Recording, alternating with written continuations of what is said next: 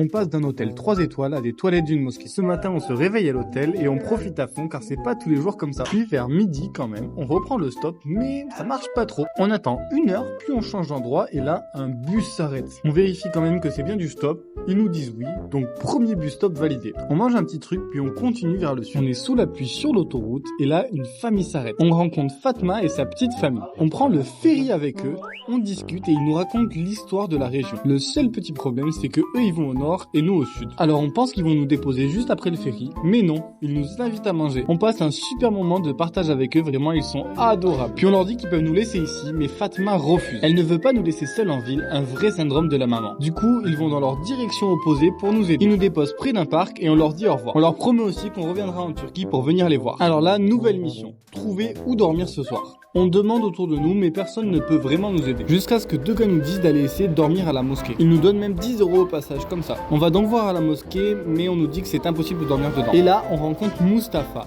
Et ce qu'il nous propose, on s'y attendait vraiment pas. Il nous explique que les toilettes des filles de la mosquée sont vides et qu'on peut y dormir dedans. Alors il répare la lumière et nous laisse dans notre palace. On bloque la porte, on couvre les fenêtres et ça devient notre chambre d'hôtel pour la nuit. Franchement, la Turquie nous surprendra toujours.